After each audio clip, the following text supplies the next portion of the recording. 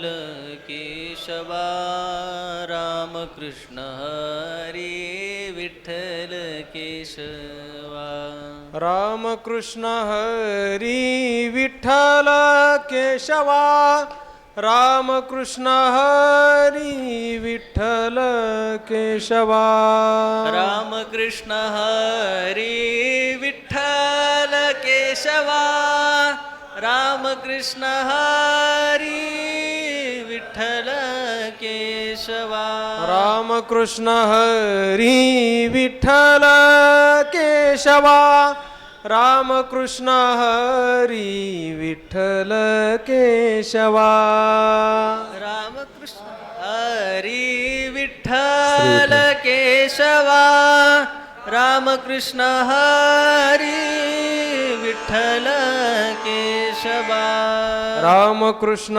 हरी विठ्ठल केशवा रामकृष्ण हरी विठ्ठल केशवा रामकृष्ण हरी विठ्ठल केशवा रामकृष्ण हरी विठ्ठल केशवा हरी रामकृष्ण हरी विठ्ठल केशवा रामकृष्ण हरी विठ्ठल केशवा रामकृष्ण हरी विठ्ठल केशवा रामकृष्ण हरी विठ्ठल केशवा नमः शिवाय ओम नमः शिवाय ओम नमः शिवाय ओम नमः शिवाय नमः शिवाय ओम नमः शिवाय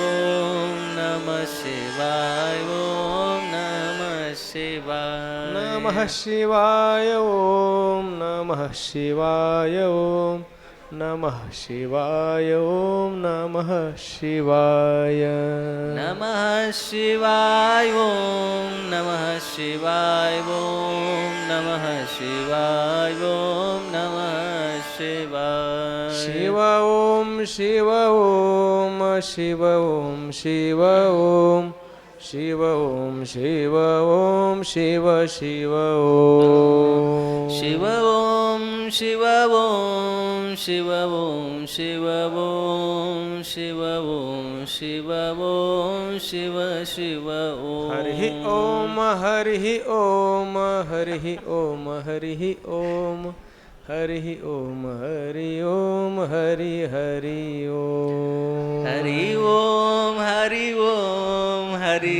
ओम हरि ओम हरि ओम हरि ओम हरि हरि ओम रामकृष्ण हरी विठ्ठल केशवा रामकृष्ण हरी विठ्ठल केशवा रामकृष्ण हरी विठ्ठल केशवा रामकृष्ण हरी विठ्ठल केशवा रामकृष्ण हरी विठ्ठल केशवा रामकृष्ण हरी विठ्ठल केशवा रामकृष्ण हरी विठ्ठल केशवा रामकृष्ण हरी विठ्ठल केशवा रामकृष्ण हरी विठ्ठल केशवा रामकृष्ण हरी